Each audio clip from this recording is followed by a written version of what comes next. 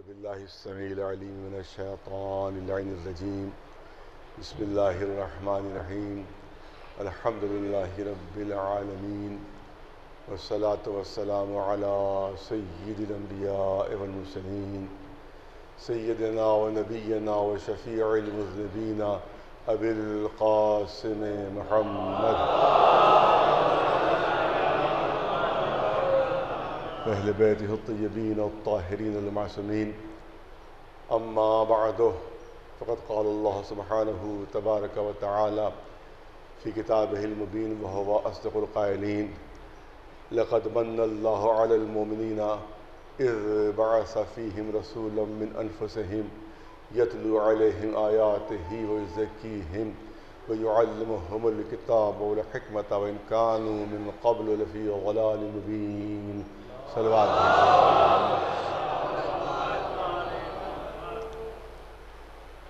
آیت کریمہ جس کو عنوان بیان قرار دیا ہے، اس پہ اعلان ہو رہا ہے کہ لقد من اللہ علی المؤمنین، اللہ نے مومنین پر یہ احسان کیا ہے کہ انہی میں سے ایک رسول مبعوث کیا ہے، اور یہ رسول وہ ہے جو ان کے سامنے آیات الہیہ کی تلاوت کرتا ہے، ان کے نفسوں کو پاک کرتا ہے، ان کو کتاب و حکمت کی تعلیم دیتا ہے، حالانکہ اس سے قبل کھلی ہوئی گمراہی میں پڑے ہوئے تھے۔ آپ دیکھیں کہ قدرت نے یہ انتظام فرمایا کہ ابتدائی انسانیت سے لے کر انتہائی انسانیت تک انسانوں کی ہدایت کا اہتمام و انصرام فرمایا ہے۔ کوئی زمانہ ایسا نہیں گزرا کہ جب اللہ کی طرف سے کوئی ہادی، کوئی رہبر، کوئی رہنما موجود نہ ہو۔ آج ایک پہلو ہے اس سلسلے میں درس کرنا ہے اور بہت ہی غور طلب ہے۔ کبھی کبھی بچے اور جوان اس قسم کے سوال بھی کرتے ہیں، لہذا ان باتوں کا پہنچنا ضروری ہے، خاص طور سے بچوں اور جوانوں تک۔ سوال یہ ہوتا ہے کہ جب قدرت کو، جب اللہ کو اپنے احکام بندوں تک پہنچانا تھے، اپنے ارشادات بندوں تک پہنچانا تھے، تو اتنا طویل راستہ کیوں اختیار کیا کہ 1,24,000 انبیاء بھیجے، اس کے بعد امامت کا سلسلہ جو تا قیامت قائم رہے گا؟ یہ کاہے کے لیے آئے ہیں؟ تاکہ احکام الہیہ بندوں تک پہنچائیں۔ یہ کاہے کے لیے آئے ہیں؟ کہ اللہ کے ارشادات بندوں تک پہنچائیں۔ اس مقصد کے تحت ان کی بعثت ہوئی ہے کہ بندوں کو یہ معلوم ہو جائے کہ اللہ کی مرضی کیا ہے، اللہ کی رضا کیا ہے، اللہ ہم سے چاہتا کیا ہے۔ تو اب یہاں کے اوپر کبھی کبھی کوئی بچہ اور جوان سوال کر دیتا ہے کہ اللہ کو اتنا طول و طویل طریقہ، اتنا طولانی طریقہ اختیار کرنے کی کیا ضرورت تھی کہ 1,24,000 پیغمبر بھیجے، اس کے بعد پوری امامت کا سلسلہ، انتہائی زحمتیں انہوں نے اٹھائیں، انتہائی ظلم و ستم انہوں نے برداشت کیے، امتحانات کی سخت منزلوں سے وہ گزرے، مصیبتوں سے گزرے۔ کیا یہ نہیں ہو سکتا تھا کہ اللہ جب اپنے احکام ہی پہنچانا چاہتا ہے تو آسمان سے ایک آواز آ جاتی کہ بندو تم کو یہ کام انجام دینا ہے، صبح کو 2 رکعت پڑھنا ہے، ظہر عصر میں اس طرح سے پڑھنا ہے، مغرب عشاء میں اس طرح سے پڑھنا ہے، اس طرح سے تمہیں روزہ رکھنا ہے ماہ رمضان میں، اس طرح سے حج کے اوپر جانا ہے، دیکھو خمس و زکوٰۃ اس طرح سے تمہیں ادا کرنا ہے، اور دیکھو اگر دشمن حملہ کر دے تو اس طرح سے تمہیں جہاد کرنا ہے، اور اس طرح سے تمہیں دشمن کا مقابلہ کرنا ہے۔ یہ قدرت کی طرف سے آسمانی آواز آ جاتی اور بندوں کو سب کچھ معلوم ہو جاتا۔ بہت آسان تھا، نہ کسی نبی کو بھیجنے کی ضرورت، نہ کسی رسول کو بھیجنے کی ضرورت، نہ کسی امام کو بھیجنے کی ضرورت۔ آسان طریقہ یہ تھا کہ آسمانی آواز کے ذریعے سے سارے احکام پہنچا دیے جاتے، سب معلوم ہو جاتا بندوں کو کہ کس طرح سے نماز پڑھنا ہے، کس طرح سے روزہ رکھنا ہے، کس طرح سے حج پر جانا ہے، کس طرح سے خمس و زکوٰۃ ادا کرنا ہے، کس طرح سے جہاد کرنا ہے۔ تمام احکام بندوں کو معلوم ہو جاتے۔ دوسرا طریقہ یہ تھا کہ ایک آسمانی تحریر آ جاتی، آسمان کے اوپر لکھ کر آ جاتا، ہر ایک اپنی اپنی زبان میں پڑھ لیتا کہ بھئی صبح کو اس طرح سے 2 رکعت نماز ہے، اس طرح سے ظہر عصر کی نماز ہے، اس طرح سے مغرب عشاء ہے، اس طرح سے روزہ ہے، اس طرح سے حج ہے، اس طرح سے خمس و زکوٰۃ ہے، یہ تمام چیزیں جو ہیں وہ ایک آسمانی تحریر کے ذریعے سے لکھ کر سب آسمان پر آ جاتا. تو بڑا آسان طریقہ تھا، نہ کسی نبی کو زحمت اٹھانا پڑتی، نہ کسی امام کو زحمت اٹھانا پڑتی، نہ کسی پیغمبر کو مصیبتوں سے گزرنا پڑتا. آسان سا ایک طریقہ تھا جو قدرت اختیار کر لیتی. ہاں بات بڑی آسانی سے کہہ دی گئی کہ یہ بڑا آسان طریقہ تھا، اس کے ذریعے سے احکام الہیہ پہنچ سکتے تھے. لیکن آپ کو معلوم ہے کہ انسان بڑا چالاک ہے، انسان بڑا چالاک و ہوشیار ہے. اگر اس طریقے سے اللہ کے احکام آ جاتے، کہ اس طریقے سے اللہ جو اس کے تمام ارشادات یا آسمانی آواز کے ذریعے سے یا آسمانی تحریر کے ذریعے سے سارے احکام آ جاتے، تو جب بندہ میدان حشر میں پہنچتا اور جب اللہ کی طرف سے سوال ہوتا کہ تم نے صبح کی نماز پڑھی کہ نہیں پڑھی، اور بندہ جواب دیتا کہ پالنے والے کبھی نہیں پڑھی، کبھی صبح کی نماز پڑھی ہی نہیں ہے میں نے. کہا کیوں؟ کیا وہ آواز نہیں سنی تھی کہ صبح کو 2 رکعت پڑھنا ہے؟ کہ آواز سنی بھی تھی. وہ تحریر نہیں پڑھی تھی کہ صبح کو 2 رکعت پڑھنا ہے؟ کیا پالنے والے وہ تحریر پڑھی بھی تھی. پھر کیوں نہیں پڑھی نماز؟ کیا پالنے والے ارے تجھے نیند کیا کبھی اونگ بھی نہیں آتی، تجھے کبھی اونگ بھی نہیں آتی. ہم تو بندے ہیں، ہم تو مٹی کے بنے ہوئے ہیں، ہم تو تھک جاتے ہیں، ہمیں تو زحمت ہوتی ہے. جب دن بھر محنت کرتے ہیں تو رات میں اتنی میٹھی میٹھی نیند آتی ہے ہمیں کہ صبح کو ہماری کبھی آنکھ کھلی ہی نہیں، لہذا ہم نے کبھی صبح کی نماز پڑھی نہیں. اچھا بھائی روزہ رکھا؟ کیا روزہ بھی کبھی نہیں رکھا. کیا وہ آواز سنی تھی؟ کیا نہیں آواز تو سن لی تھی. کیا وہ تحریر پڑھی تھی؟ کہاں وہ تحریر بھی پڑھ لی تھی. پھر روزہ کیوں نہ رکھا؟ پالنے والے تجھے نہ بھوک لگے نہ پیاس لگے. ارے ہم تو انسان ہیں، ہم تو بندے ہیں، ہم سے پوچھ کہ بھوک میں کتنی تکلیف ہوتی ہے، پیاس میں کتنی اذیت ہوتی ہے. ہم بھوک اور پیاس کی تکلیف برداشت نہ کر سکے، لہذا ہم نے کبھی روزہ رکھا ہی نہیں. حج پر گئے تھے؟ نہیں، حج پر بھی کبھی نہیں گئے. کیوں؟ کیا حکم الہی سنا نہیں؟ کیا سنا بھی تھا. پڑھا نہیں؟ کیا پڑھا بھی تھا. ارے پھر حج پر کیوں نہیں گئے؟ پالنے والے ہمارے پاس تو جسم و جسمانیت ہے، تیرے پاس نہ جسم ہے نہ جسمانیت ہے. کتنی سفر میں زحمتیں ہوتی ہیں، سفر میں کتنی تکلیف ہوتی ہے، لہذا ہم وہ زحمتیں برداشت نہیں کر سکے، لہذا ہم تو کبھی حج پر گئے ہی نہیں. اچھا دشمن نے حملہ کیا تھا، میدان جہاد میں گئے؟ کیا پالنے والے گئے تو تھے مگر بھاگ آئے، گئے تو تھے مگر پلٹ آئے. یہ کیوں ہوا؟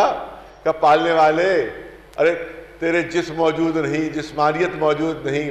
تجھے کیا اندازہ کہ جب تیر پڑتا ہے تو کتنی تکلیف ہوتی ہے، جب نیزہ لگتا ہے تو کتنی اذیت ہوتی ہے، تلواروں سے کتنی تکلیفیں ہوتی ہیں. تجھے تو نہ جسم ہے نہ جسمانیت، تجھے کیا پتا کہ جسم کے اوپر زخم کھانے سے کتنی اذیت ہوتی ہے. لہذا ہم میدان میں گئے تو مگر قدم نہیں جم سکے. جب تیروں کی بارش ہوئی، جب تلواروں کی بارش ہوئی تو ہم وہاں سے بھاگ آئے. تو اس کا مطلب یہ بہت توجہ رہے کہ اگر صرف آسمانی آواز ہوتی، بہت سنجیدہ پہلو درج کرنا چاہتا ہوں، اگر صرف آسمانی آواز ہوتی، اگر صرف آسمانی تحریر ہوتی تو بندے کے اوپر حجت تمام نہ ہوتی. بندے کو کہنے کا یہ حق حاصل ہوتا کہ پالنے والے صبح کی نماز اس لیے نہیں پڑھ سکے کہ دن بھر تھکے ہوئے ہوتے تھے، صبح کو آنکھ نہیں کھلتی تھی. روزہ اس لیے نہیں رکھ سکے کہ تجھ کو نہ بھوک لگے نہ پیاس لگے. ہمیں احساس ہوتا ہے کہ بھوک میں کتنی اذیت ہے، پیاس میں کتنی اذیت ہے، لہذا ہم کبھی روزہ نہیں رکھ سکے، حج پر نہیں جا سکے، کیونکہ تیرے پاس نہ جسم ہے نہ جسمانیت ہے. ہم تو جسم رکھتے ہیں، ہمیں اذیت ہوتی ہے، تکلیف ہوتی ہے، ہمیں سفر کی زحمتیں برداشت کرنا پڑتی ہیں. وہ سفر کی زحمت برداشت نہیں کر سکے، لہذا ہم نے کبھی حج نہیں کیا. ارے جہاد کے میدان میں گئے، پالنے والے تیرے پاس نہ جسم ہے نہ جسمانیت، ہمارے پاس تو جسم ہے. ہمیں اندازہ ہوتا ہے کہ تیروں اور تلواروں میں کتنی اذیت ہوتی ہے، لہذا ہم کبھی میدان جہاد میں قدم نہیں جما سکے. اسی لیے قدرت نے بہترین عمل کے نمونے بھیجے، پہلے بہترین عمل کے نمونے بھیجے کہ کسی بندے کی زبان کھلنے نہ پائے، کسی انسان کی زبان کھلنے نہ پائے۔ اگر کوئی یہ شکایت کرے کہ ہم دن بھر محنت کرتے تھے، صبح کی نماز کے لیے آنکھ نہیں کھل سکی، تو یہ نمونے عمل بنے کہ دن بھر محنت ہے، رات بھر عبادت ہے۔ یہ نمونے عمل بن کر دکھا دیں کہ دن بھر محنت ہے، رات بھر عبادت ہے۔ اگر کوئی یہ شکایت کرے کہ ہم روزے کی تکلیف برداشت نہیں کر سکے کیونکہ پیاس بہت لگتی ہے، بھوک بہت لگتی ہے، تو یہ نمونے عمل بنے کہ روزے اس طرح سے رکھیں کہ پانی سے روزہ افطار کریں، تاکہ دنیا کو یہ بتایا جائے کہ بھوک اور پیاس کی زحمت کس طرح سے برداشت کی جاتی ہے۔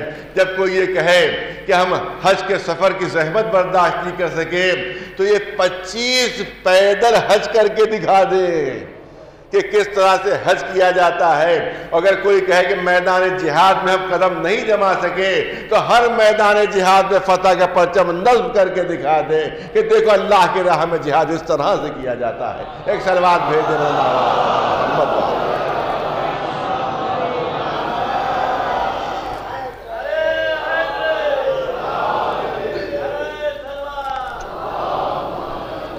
ایک سنجیدہ موضوع ہے جو آپ کے سامنے عرض کرنا ہے، ایک سنجیدہ موضوع ہے جو آپ کے سامنے پیش کرنا ہے، اور بہت توجہ چاہتا ہوں۔ ایک صورت تو یہ ہو سکتی تھی کہ آسمان سے آواز آ جاتی اور سارے احکام معلوم ہو جاتے۔ دوسری صورت یہ تھی کہ آسمانی تحریر ہو جاتی اور سارے احکام معلوم ہو جاتے۔ اور تیسری صورت یہ تھی جبریہ طور پر، بہت توجہ ہے، سب سے اہم پہلو یہی ہے جو عرض کرنا چاہتا ہوں کہ جبریہ طور پر سب اللہ کو سجدہ کرنے والے بن جاتے، جبریہ طور پر اللہ کو ماننے والے بن جاتے۔ ارے کس کی جرأت تھی؟ اگر اللہ چاہتا تو کون تھا جو اللہ کے وجود سے انکار کر سکتا تھا؟ کون تھا جو اللہ کے احکام سے انکار کر سکتا تھا؟ اگر وہ جبریہ چاہتا تو سب مسلمان پیدا ہوتے، کسی کی جرأت نہ ہوتی کہ وہ نماز نہ پڑھ سکے، کسی کی جرأت نہ ہوتی کہ وہ روزہ نہ رکھ سکے، کسی کی جرأت نہ ہوتی کہ وہ احکام اسلامی کی پابندی نہ کر سکے۔ ادھر ایک نماز قضا ہوئی، ادھر ایک تھپڑ غیبی پڑا۔ بہت سنجیدہ چیز ہے پیش کرنا چاہ رہا ہوں۔ ادھر ایک غیبی تھپڑ پڑا، نماز قضا کی تو ایک تھپڑ پڑتا ہے تمہارے۔ ملک معین کر دیا گیا اللہ کی طرف سے کہ ایک تھپڑ مارنا، جب یہ نماز قضا کرے تو 2-3 تھپڑ تو کھا لے گا، پھر کوئی نماز قضا نہیں ہوگی اس سے، پھر کوئی نماز قضا نہیں ہوگی۔ دیکھو اگر روزہ نہیں رکھا تو یہی تم کو یہ سزا مل جائے گی، اگر حج پر نہیں گئے تو یہ سزا مل جائے گی۔ کہا جاتا ہے، بہت توجہ رہے، میں نے کہا سنجیدہ پہلو ہے اور بہت سنجیدہ پہلو جو پیش کرنا چاہتا ہوں۔ کہا جاتا ہے کہ رات کے بہت تھکے ہوئے ہوتے ہیں، بہت گہری نیند آتی ہے، لہذا صبح کو آنکھ نہیں کھلتی۔ اگر ملک الموت کو معین کر دیا جاتا کہ دیکھو اگر حکم اسلامی سے سرتابی کی تو فوراً ٹیٹوا دبا دینا، بہت توجہ رہے، فوراً ٹیٹوا دبا دینا، تو مجھے اتنا بتا دیجئے کہ رات کتنے ہی تھکے ہوئے کیوں نہ ہوں، کتنے ہی تھکے ہوئے کیوں نہ ہوں، لیکن اگر ہلکا سا کھٹکا ہو جائے اور یہ اندازہ ہو جائے کہ کہیں کوئی چور تو گھر میں نہیں آ گیا ہے، تو کیسی نیند، کیسی تھکن، پوری رات کروٹیں بدلتے گزرے گی، نہ نیند کا احساس ہوگا نہ تھکن کا احساس ہوگا۔ تو جب چور کا کھٹکا ہو جائے تو انسان کی نیند اور تھکن غائب ہو جاتی ہے، تو اگر ملک الموت کا کھٹکا ہو تو کیسی نیند اور کیسی تھکن، رات بھر نماز ہی پڑھتا رہے گا۔ ایک صلوات بھیج دے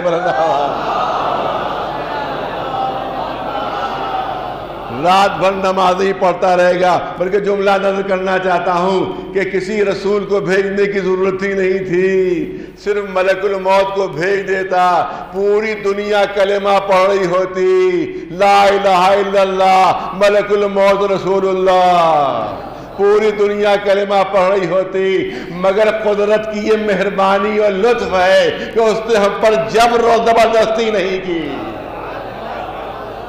اگر مانو تو اپنے اختیار سے مانو، ہم تم پر جبر نہیں کریں گے، زبردستی نہیں کریں گے۔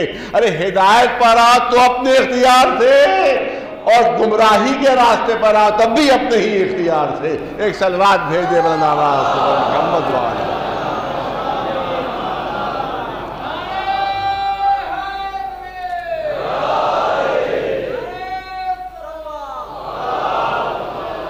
حالانکہ مسلمانوں میں سنجیدہ موضوع ہے، پڑھے لکھے حضرات کے لیے ہے.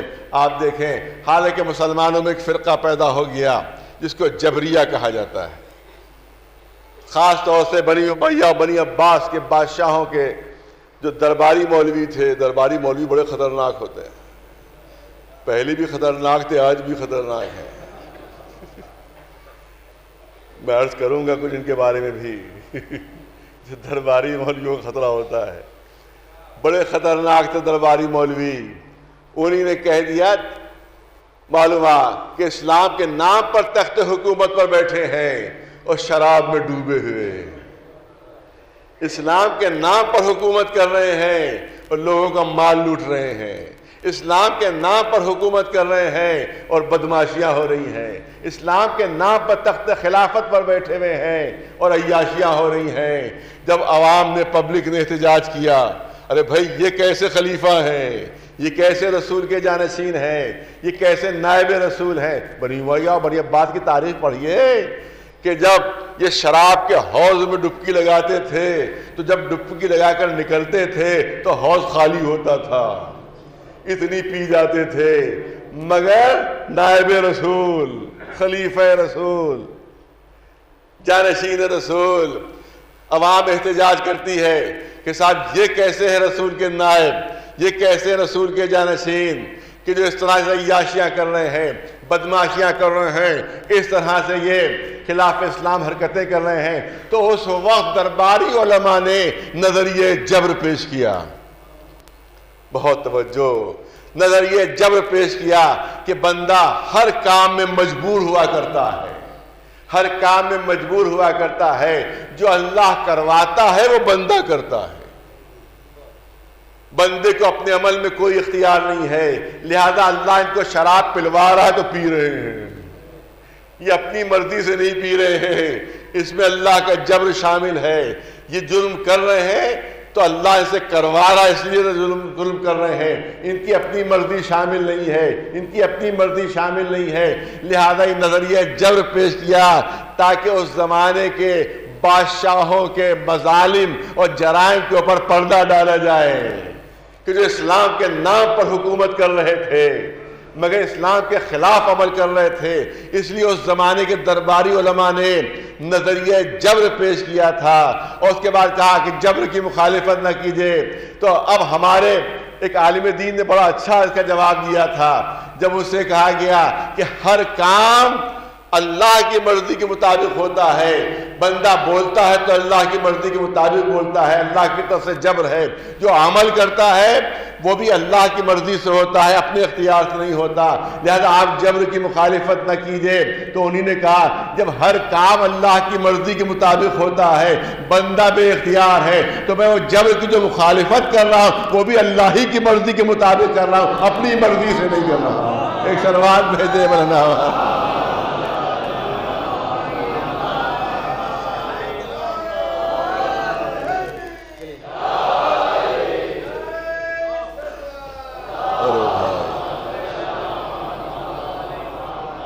بہرحال یہ اعلان ہے اس میں یہ ہے کہ کیونکہ ذرا سا مجمع آہستہ آہستہ آتا ہے اور شروع میں اگر اعلان ہوتا ہے تو مجمع اتنا نہیں ہوتا ہے، تو لہذا اس لیے درمیان مجلس میں فرمائش ہے اور ہونا بھی چاہیے یہ بہرحال کہ امام زمانہ علیہ السلام کا جو فنڈ ہے اس کے سلسلے میں آپ حضرات تعاون فرمائیں تاکہ اس کے لیے زیادہ سے زیادہ قوم کی اس پہ خدمت ہو سکے. اور ایک مجلس کا بھی اعلان درمیان مجلس کہ بڑے امام باڑے میں حسینی آصفی میں نماز ظہرین، اس کے بعد مجلس عزا جس کو جناب حجت الاسلام والمسلمین جناب مولانا محمد میاں عابدی صاحب قبلہ اس کو خطاب فرما رہے ہیں. ان مجلسوں میں شرکت بے انتہا ضروری ہے. اگر حکومت کی سازش کو ناکام کرنا ہے، اگر ایڈمنسٹریشن کی سازش کو ناکام کرنا ہے، اگر جو ایڈمنسٹریشن کے چمچے چاہے وہ رائل فیملی ہو چاہے وہ مولوی ہو، ان کی سازشوں کو اگر ناکام کرنا ہے تو اس مجلسوں میں آپ کو زیادہ سے زیادہ شرکت کرنا ہوگی اور بڑے امام باڑے میں خود بھی زیادہ سے زیادہ مجلسیں برپا کروانا ہوگی، کیونکہ ذرا سا الگ پڑ جاتا ہے وہ امام باڑہ، الگ پڑ جاتا ہے. چھوٹے امام باڑے میں تو بے شمار مجلسیں ہوتی ہیں، لیکن بڑے امام باڑے میں مجلسیں نہیں ہو پاتی، جس کی وجہ سے وہاں حکومت جو ہے وہ ناجائز فائدہ اٹھا رہی ہے اور ایڈمنسٹریشن اس کو اپنی باپ کی جائیداد سمجھ رہا ہے وہاں کے اوپر. لہذا وہاں منع کر دیا جاتا، کوئی بینر نہیں لگے گا، کوئی پوسٹر مجلس کا نہیں لگے گا. ابھی جب اس دفعہ ہم نے مظاہرہ کیا تھا تو ایک بورڈ لگا دیا گیا تھا کہ شیعوں کی مقدس جگہ ہے، لہذا اس کا احترام کرنا چاہیے، وہ بورڈ ہٹا دیا گیا ہے.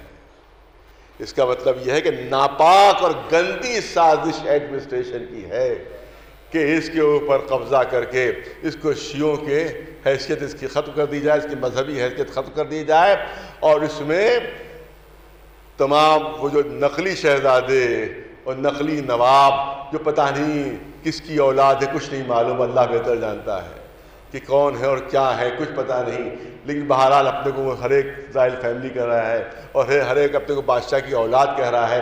بات سمجھ میں نہیں آتی کہ اتنی اولادیں ان کی کیسے ہو گئی تھیں، یہ بات سمجھ میں نہیں آ رہی ہے. لہذا بہرحال لیکن یہ کہ اگر وہ واقعی اولاد ہوتے تو باپ کی جائیداد کے لیے کبھی تو غیرت آتی انہیں، باپ دادا کی جائیداد کے لیے کبھی تو غیرت آتی ان کو. لیکن میں نے یہ جملہ عرض کیا تھا، جملہ پھر دہرانا چاہتا ہوں کہ شاہی ٹکڑوں میں ان کو اتنا مزہ نہیں ملتا، شاہی ٹکڑوں میں اتنا مزہ نہیں ملتا جتنا ایڈمنسٹریشن کے تلوے چاٹنے میں ان کو مزہ ملتا ہے. ایک صلوات بھیجتے ہیں پر محمد.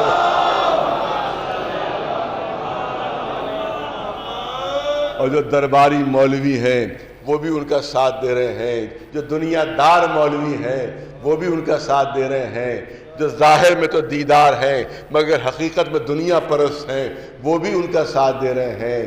لہذا ان کو بھی شکست دینے کے لیے صرف اور صرف ہمارے پاس عوامی طاقت ہے.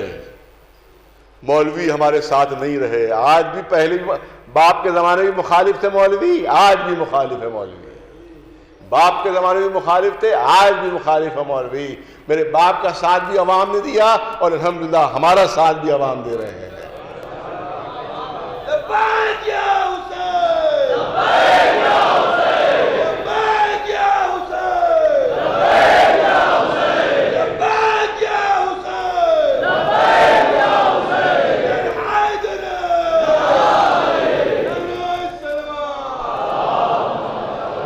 لہذا اس سازش کو اگر ناکام بنانا ہے تو پبلک کو سیسا پلائی ہوئی دیوار بننا ہوگا. پبلک کی طاقت کے سامنے کوئی نہیں رک پاتا، پبلک کی طاقت کے سامنے کوئی ٹھہر نہیں پاتا. یہ پبلک ہے جو انقلاب لے کر آتی ہے، یہی پبلک ہے کہ جو بڑی بڑی حکومتوں کے تختے پلٹ دیا کرتی ہے. لہذا اگر آپ سیسا پلائی ہوئی دیوار بن گئے تو نہ کسی مولوی کی خوشامد کام آئے گی، نہ کسی رائل فیملی کے تلوے چاٹنا کام آئے گا، نہ کسی ایڈمنسٹریشن کی سازش کام آئے گی، نہ کسی حکومت کی کوئی سازش کام آئے گی. انشاءاللہ کامیابی آپ کے ہاتھ، کیونکہ اگر آپ میدان میں آئیں گے تبھی امام کی مدد ہوگی.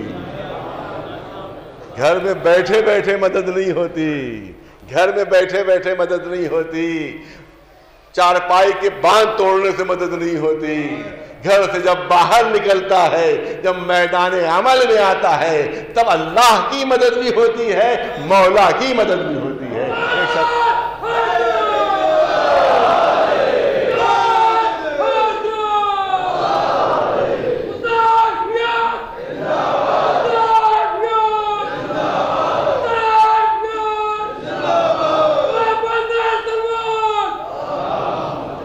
لیکن ایک قصور آپ کا بھی ہے، اس میں آپ کا بھی قصور یہ ہے کہ صاحب کیونکہ مجلس میں شرکت کرتے آئے ہیں لہذا شرکت کریں گے، چاہے مولوی کیسے ہی درباری مولوی کیوں نہ ہو، کیسے حکومت کا خوشامد مولوی کیوں نہ ہو. میں نے عرض کیا تھا کہ ایک مولوی نے، آپ ہاتھ چومتے ہیں، ایک مولوی نے مجلس پڑھی جس میں یہ اعلان کیا کہ جب امام زمانہ تشریف لائیں گے جو امام زمانہ تشریف لائیں گے تو 70,000 مولویوں کا قتل کریں گے، 70,000 مولویوں کا قتل کریں گے۔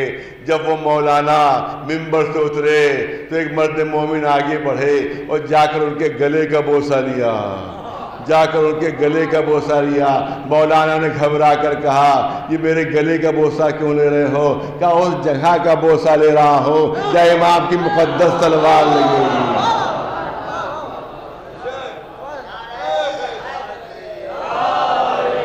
جو حکومت کے ساتھ دے رہے ہیں، جو قوم سے غداری کر رہے ہیں، جو حکومتوں کا ساتھ دے رہے ہیں، جو ایڈمنسٹریشن کی چاپلوسی کر رہے ہیں، جو حکومت کے جو ہے وفاداری کر رہے ہیں، قوم سے غداری کر رہے ہیں، وہ ہاتھ چومنے کے لائق نہیں ہے۔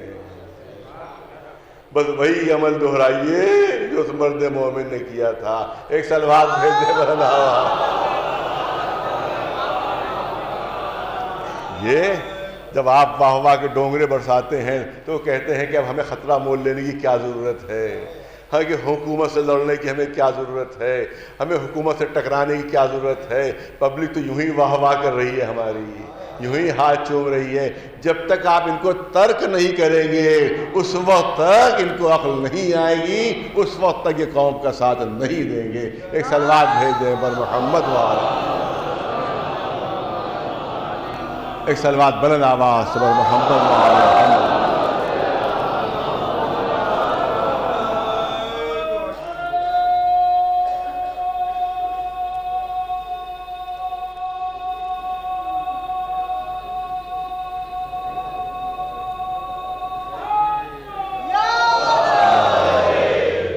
درباری مولوی میں نے کہا بڑے خطرناک ہوتے ہیں، یہ عوام کو بہکانے میں ماہر ہوتے ہیں۔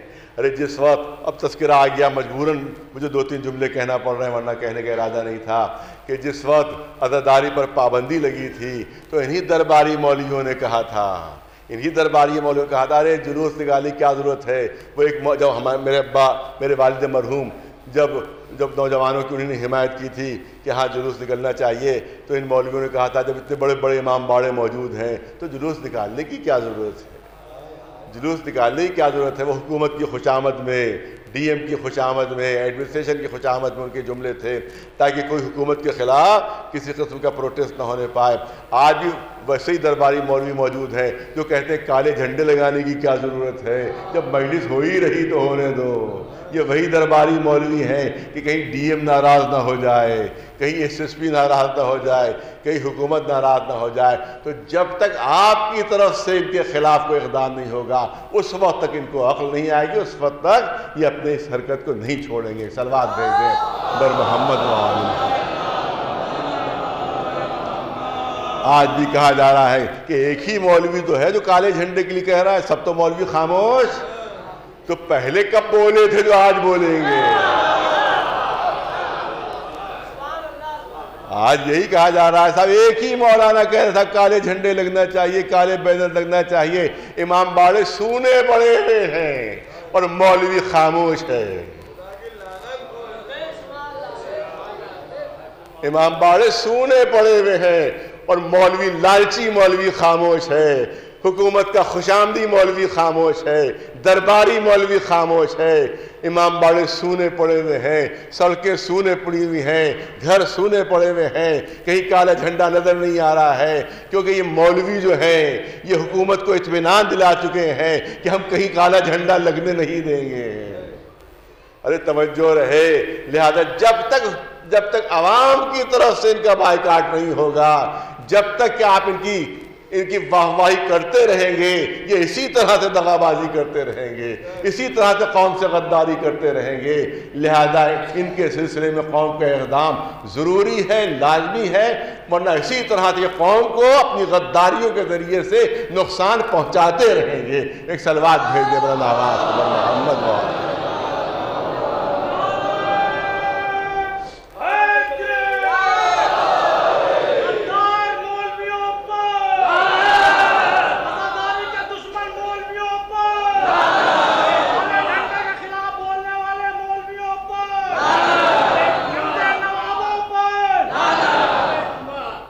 صلوات بھیج دے بر محمد وآل محمد۔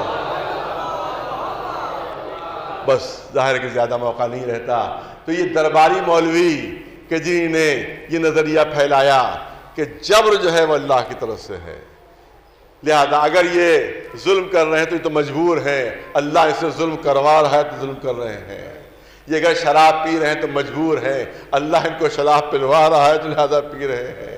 یہ اگر دین کے خلاف کام کر رہے ہیں تو مجبور ہیں، اللہ کروا رہا ہے تو یہ کر رہے ہیں. نہیں توجہ ہے. میں نے کہا کہ اب آگے سے تو دو چار جملے سن لیجئے کہ جب لوگوں نے یہاں تک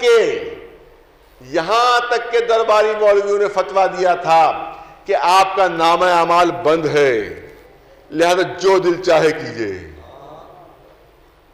درباری علماء بنی امیہ بنی عباس کے کہ آپ کا نام اعمال بند ہے، جو بھی کریں گے آپ وہ اللہ لکھ نہیں رہا ہے، وہ اللہ لکھ نہیں رہا ہے، لہذا جو دل چاہے کیجئے. اس پر بھی جب عوام نے احتجاج کیا کہ اتنی اجازت تو رسول کو بھی نہیں تھی. ارے توجہ رہے، یہ اجازت تو رسول کی بھی نہیں تھی. رسول کو بھی اجازت نہیں تھی کہ جو دل چاہے کرے. ان پر بھی پابندی تھی، ان پر نماز کی پابندی تھی، بلکہ ان پر پابندی زیادہ تھی. ہم پر صرف 5 وقتہ نماز واجب، ان پر نماز شب بھی واجب تھی. ان پر نماز شب بھی واجب تھی، ہماری نماز شب واجب نہیں، مگر رسول اللہ پر نماز شب بھی واجب تھی. تو ان پر تو سختیاں زیادہ تھیں، شریعت کی پابندیاں زیادہ تھیں. تو آپ تو ان کے نائب ہیں، آپ پر بھی یہ پابندیاں ہونا چاہیے. تو پھر پہلو نکالا مولویوں نے. درباری مولوی بڑا چالاک ہوتا ہے، درباری مولوی بڑا ہوشیار ہوا کرتا ہے. پہلو نکالا. اب سنیے پہلو، اور وہ پہلو سنیے. کہا کہ آپ رسول سے بلند ہیں. ارے توجہ رہے. یہ ہے درباری مولوی. آج بھی یہی خطرناک قسم کے لوگ موجود ہیں جو اس زمانے میں موجود تھے کہ آپ رسول سے بلند ہیں، آپ کا مرتبہ رسول سے بلند ہے. کیسے بلند؟ کہا وہ اللہ کے نمائندے تھے اور آپ ذل اللہ ہیں، آپ اللہ کا سایہ ہیں، آپ اللہ کا سایہ ہیں. وہ نمائندے تھے، آپ سایہ ہیں اللہ کا. جیسے آپ کا مرتبہ رسول سے بلند ہے، لہذا رسول پر شریعت کی پابندی تھی، آپ پر شریعت کی کوئی پابندی نہیں. ایک صلوات بھیج دے بلند آواز سے بر محمد وآلہ.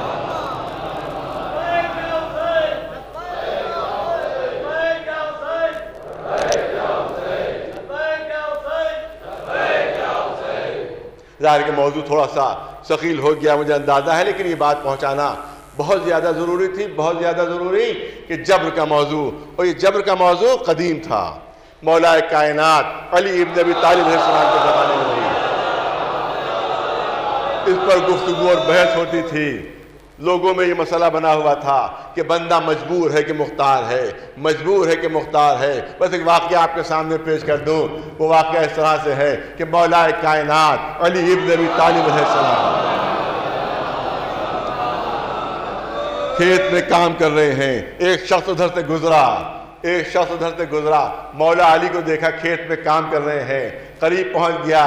یا علی، ایک مسئلہ بہت الجھا ہوا ہے، بہت لوگوں سے پوچھ چکا ہوں، بہت لوگوں سے دریافت کر چکا ہوں، لیکن مسئلہ حل نہیں ہو پا رہا ہے. کیا وہ مسئلہ کیا ہے؟ کیا یہ بتائیے کہ بندہ اپنے عمل میں مجبور ہوتا ہے یا اللہ سے پورا اختیار دے کر اسے بھیجا جاتا ہے؟ اپنے عمل میں مجبور ہے یا اللہ سے پورا اختیار اس کو مل جاتا ہے؟ تو مولا علی نے فرمایا کہ تفصیلی جواب چاہتے ہو یا مختصر جواب؟ توجہ رہے. تفصیلی جواب چاہتے ہو یا مختصر جواب؟ اس شخص نے جواب دیا کہ یا علی، راستے سے گزر رہا تھا، آپ پر نظر پڑ گئی تو میں رک گیا، لہذا اس وقت مختصر جواب دے دیجئے، تفصیلی جواب بعد میں معلوم کر لوں گا. کہ اچھا مختصر جواب چاہیے ہے تو میرے سامنے آ کر کھڑے ہو جاؤ. وہ شخص سامنے آ کر کھڑا ہو گیا. تو یہ کتنا مشکل مسئلہ کہ جس کے اوپر علماء برسوں بحث کرتے رہے ہیں، مولا نے 1 سیکنڈ میں حل کر دیا. مولا نے اس مسئلے کو 1 سیکنڈ میں حل فرما دیا. ارے سامنے آ کر کھڑے ہو جاؤ. وہ سامنے آ کر کھڑا ہوتا ہے کہ اپنا 1 پیر بلند کرو. اس نے اپنا 1 پیر بلند کیا کہ اب دوسرا پیر بلند کرو. اب دوسرا پیر بلند کرو. اب وہ اچک کے چاہتا ہے کہ دوسرا پیر بلند کرے مگر دوسرا پیر بلند نہیں ہو پا رہا ہے. کہا یا علی ایک پیر تو اپنی مرضی سے ہوا میں بلند کر سکتا ہوں مگر دوسرا پیر اپنے اختیار سے میں فضا میں بلند نہیں کر سکتا. کیا بس یہی انسانی زندگی ہے اور یہی مسئلے کا حل ہے کہ جس طرح سے ایک پیر تم اپنی مرضی و اختیار سے فضا میں بلند کر سکتے ہو دوسرا پیر اپنی مرضی اور اختیار سے فضا میں بلند نہیں کر سکتے. یہاں سے تمہاری مجبوری شروع ہو جاتی ہے. پر انسان کی زندگی بھی دو حصوں میں بٹی ہوئی ہے. آدھی مجبوری کی زندگی ہے آدھی اختیار کی زندگی ہے. نہ دنیا میں اپنی مرضی سے آ سکتا ہے نہ دنیا سے اپنی مرضی سے جا سکتا ہے. لیکن آنے اور جانے کے درمیان جو زندگی ہے وہ اختیار کی زندگی ہے. وہ اختیار کی زندگی ہے کہ جس طرح سے ایک پیر تم اپنی مرضی سے فضا میں بلند کر سکتے ہو مگر دوسرا پیر اپنی مرضی اور اختیار سے فضا میں بلند نہیں کر سکتے. یہاں سے تمہاری مجبوری شروع ہو جاتی ہے. ارے تو غور فرمایا آپ نے مولا نے کیا کہا. یہاں سے تمہاری مجبوری شروع ہوتی ہے کہ ایک پیر فضا میں اپنے اختیار سے بلند کر سکتے ہو مگر دوسرا پیر اپنے اختیار سے بلند نہیں کر سکتے. یہاں سے تمہاری مجبوری شروع ہوتی ہے. یہ نہیں فرمایا کہ ہماری مجبوری یہ کہا کہ تمہاری مجبوری. ہماری اس لیے نہیں کہا کہ دنیا میدان خیبر میں دیکھ چکی ہے کہ علی کے دونوں پیر فضا میں بلند ہیں اور ہاتھوں پر در خیبر ہے.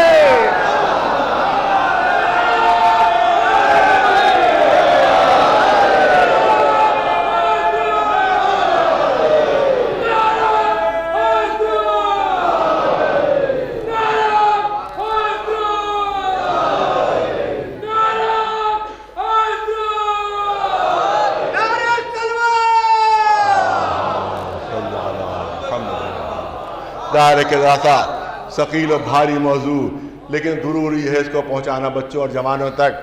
اب دیکھیے اب کیونکہ وقت بہت کم رہ گیا ہے لہٰذا ایک ہلکا سا اشارہ انشاءاللہ تفصیل اللہ نے چاہا اگر حیات رہی ہو زندگی رہی تو کل عرض ہوگا انشاءاللہ. آپ دیکھیں کہ آج انسان کہتا ہے کہ ہماری عقل بہت آگے بڑھ چکی ہے ہمارا علم بہت آگے بڑھ چکا ہے لہٰذا اب ہمیں کسی دین کی ضرورت نہیں کسی رسول کی تعلیمات کی ضرورت نہیں. ہم خود سمجھ سکتے ہیں کہ کیا اچھا ہے اور کیا برا ہے. ہماری عقل خود فیصلہ کر سکتی ہے. آپ یاد رکھیں کہ لاکھ عقل ترقی کر گئی ہو مگر ہمیشہ تا قیام قیامت رسول کی تعلیمات کی ضرورت رہے گی. الہی نمائندے کی ضرورت رہے گی تا قیام قیامت. عقل ہے فہم ہے ادراک ہے. بہت نازک و لطیف پہلو جو کرنا چاہتا ہوں لیکن بہت سمجھدار مجمع ہے. میں پہلے کہا کرتا تھا کہ لکھنؤ کو سمجھدار مجمع تو ایک صاحب نے اعتراض کیا خالی لکھنؤ کے نہیں ہوتے ہیں. یہ آپ کیوں کہتے ہیں لکھنؤ کو سمجھدار مجمع کہ ہم بیوقوف ہیں. ایک سلوات کہتے ہیں لہذا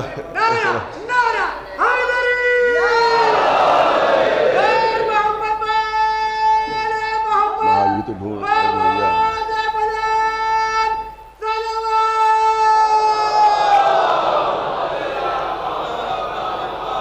لہذا سمجھدار مجمع بافہم مجمع میرے سامنے ہے. بہت لطیف پہلو جو پیش کرنا چاہتا ہوں. عقل ہے فہم ہے ادراک ہے مگر رسول کی تعلیم کی ہمیشہ ضرورت رہے گی.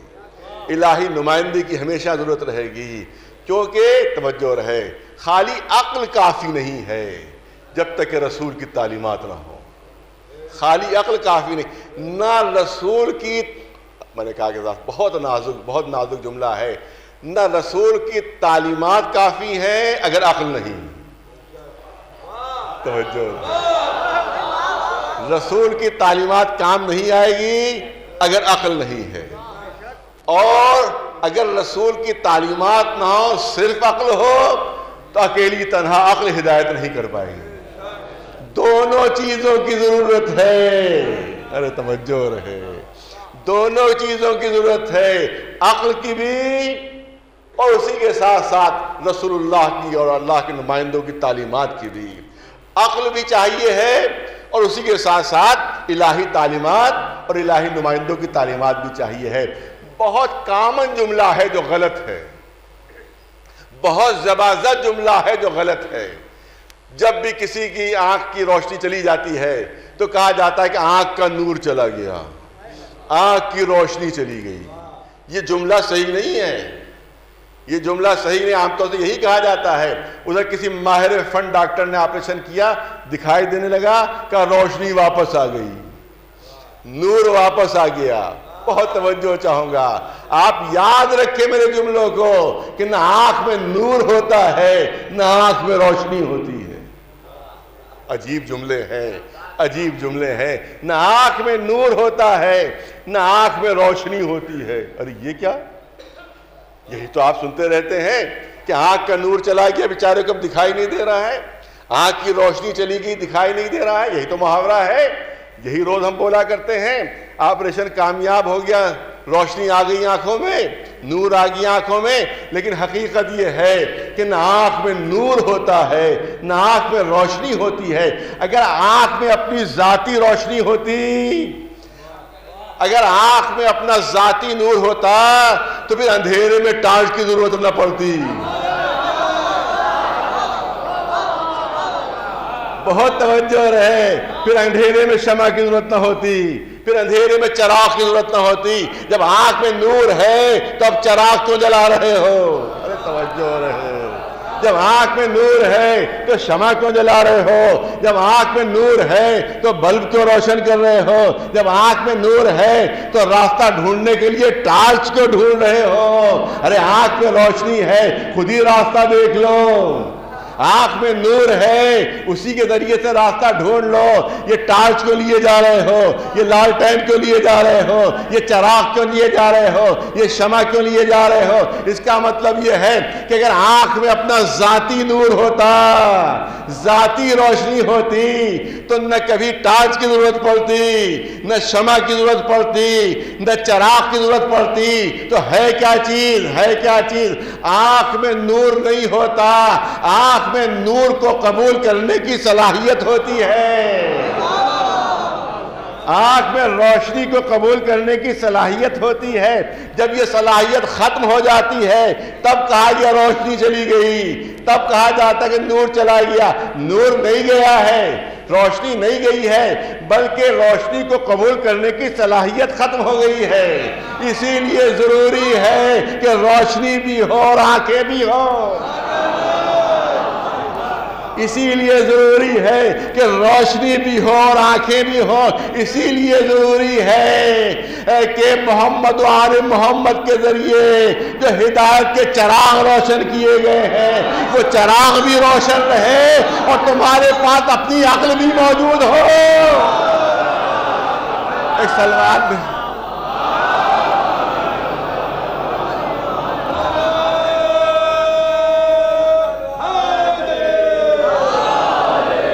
تمہارے پاس اپنی عقل بھی موجود ہو۔ یہی وجہ ہے کہ کیونکہ جانوروں پاس عقل نہیں ہوتی لہذا ان کے لیے کوئی شریعت کا حکم نہیں، کوئی رسول نہیں، کوئی نبی نہیں، کیونکہ عقل نہیں۔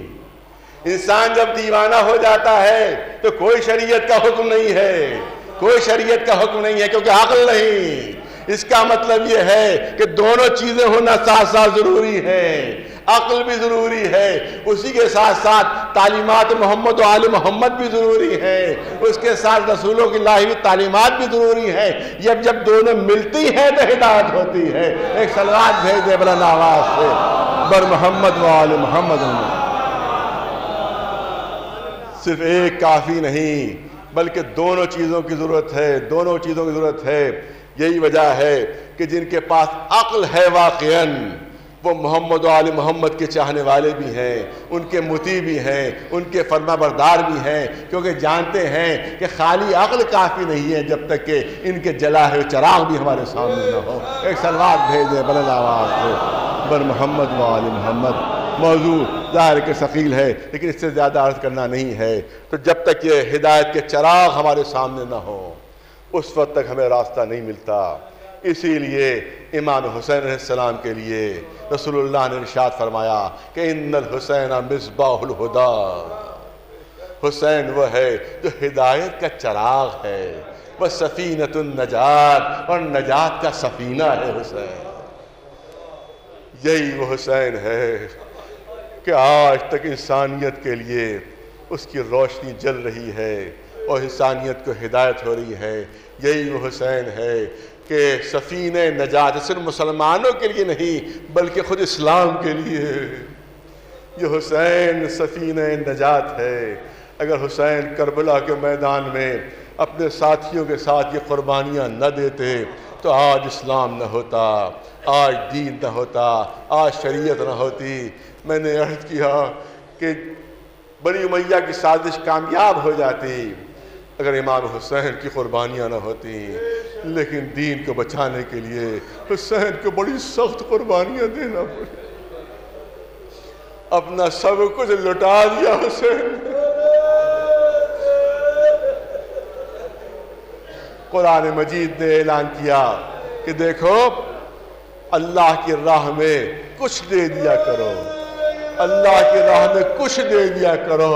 تو قرآن کی طرف سے صرف اتنا ہی مطالبہ ہے کہ کچھ دے دیا کرو اللہ کی راہ میں، لیکن جب حسین نے اللہ کی راہ میں دیا تو سب کچھ دے دیا، اپنے دامن میں کچھ نہیں رکھا، کربلا کے میدان میں سب کچھ لٹا دیا۔ میں نے کل عرض کیا تھا کہ جو ان کے دامن سے وابستہ ہو جاتا ہے وہ بھی طیب و طاہر ہو جاتا ہے، وہ بھی پاک و پاکیزہ ہو جاتا ہے۔ اور آئیے ایک مثال دیں آپ کے سامنے۔ والد مرحوم کبھی کبھی یہ مصائب پڑھا کرتے تھے، میں چاہتا ہوں بہت دنوں سے یہ میں نے مصائب نہیں پڑھے ہیں گفرم آپ کی مجلسوں میں، لہذا میں چاہتا ہوں کہ آج یہ مصائب آپ کے سامنے پڑھوں۔ روایتیں کہتی ہیں، بعض روایتوں میں موجود ہے کہ ایک چھوٹا سا قافلہ اس وقت آ کر شامل ہوا تھا کہ امام حسین کربلا کے میدان میں چاروں طرف سے دشمنوں سے گھرے ہوئے۔ یہ قافلہ کون سا قافلہ ہے؟ یہ مسلمان نہیں ہے، یہ دائرہ اسلام میں نہیں ہے، بلکہ عیسائی مذہب سے تعلق رکھنے والے ہیں۔ ایک ماں ہے، ایک بیٹا ہے، اور ایک 17 دن کی بیاہی ہوئی دلہن ہے۔ ایک ماں، بیٹا اور 17 دن کی بیاہی ہوئی دلہن ہے۔ ماں ادھر سے گزر رہی تھی، یا کربلا سے گزرتا ہے راستہ، دیکھا کوئی مظلوم ہے جو فریاد کر رہا ہے، کوئی بےکس ہے جو فریاد کر رہا ہے۔ امام الناصر، کوئی ہے جو میری مدد کرے، کوئی ہے جو میری مدد کرے۔ ماں نے کہا بیٹے جا کر دیکھو تو یہ کون مظلوم ہے کہ جو چاروں طرف سے دشمنوں میں گھرا ہوا اکیلا مدد کے لیے پکار رہا ہے۔ بیٹا جاتا ہے، واپس آتا ہے، کہا فرزند فاطمہ زہرا ہے، مسلمانوں کے رسول کا فرزند ہے، چاروں طرف سے دشمنوں میں گھرا ہوا ہے، کہا مجھے لے چلو فرزند رسول کے پاس، ہم سب مسلمان ہونا چاہتے ہیں۔ جاتی ہے اور اسلام قبول کرتی ہے۔ بیٹے نے بھی اسلام قبول کیا، بہو نے بھی اسلام قبول کیا، ماں نے بھی اسلام قبول کیا۔ اس کے بعد ماں کہتی ہے ہاتھ جوڑ کر آقا اجازت دیجئے میرا بیٹا چاہے وہ آپ کے پر جان نچھاور کرے۔ اجازت وہب کو ملتی ہے۔ جیسے ہی وہب نے، روایت کہتی ہے کہ جب وہب اجازت، عجیب چیز ہے، جب وہب اجازت لینے آئے تو بہت لوگ اجازت لینے آئے تھے، جناب جتنے بھی اصحاب تھے سب نے اجازت لی تھی، لیکن اصحاب کے سلسلے میں یہ روایت موجود ہے کہ جب وہب اجازت لینے آئے تو حسین گلے لگا کر روئے۔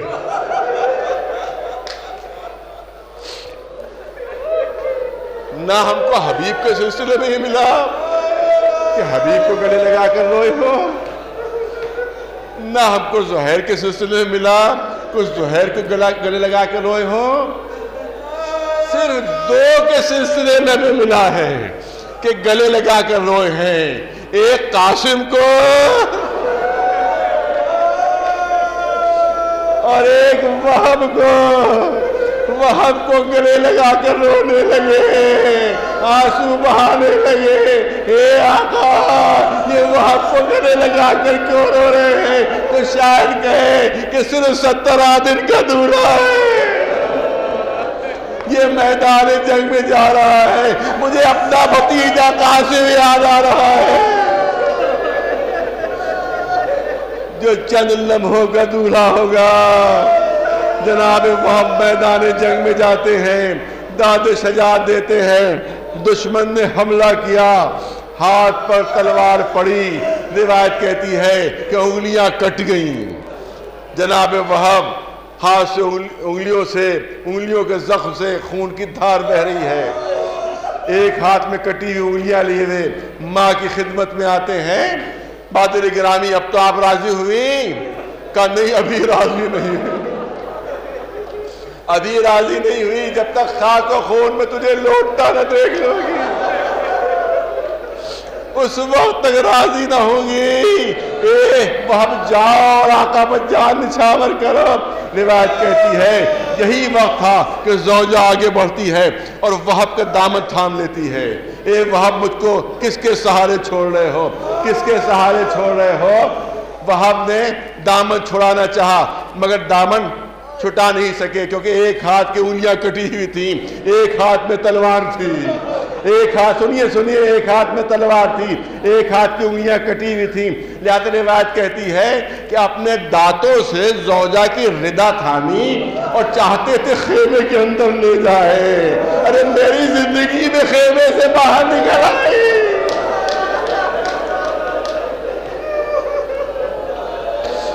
میری زندگی میں خیمے سے باہر نکل آئی، لیکن زوجہ نے زور کیا تو دانتوں سے ابا چھوٹ گئی۔ اب روایت کہتی ہے وہب نے رخ کیا آقا حسین کی طرف، اے آقا آپ پردے کے رکھوالے ہیں، آپ اس کو حکم دیجئے کہ یہ خیمے کے اندر چلی جائے، میری غیرت گوارا نہیں کرنی۔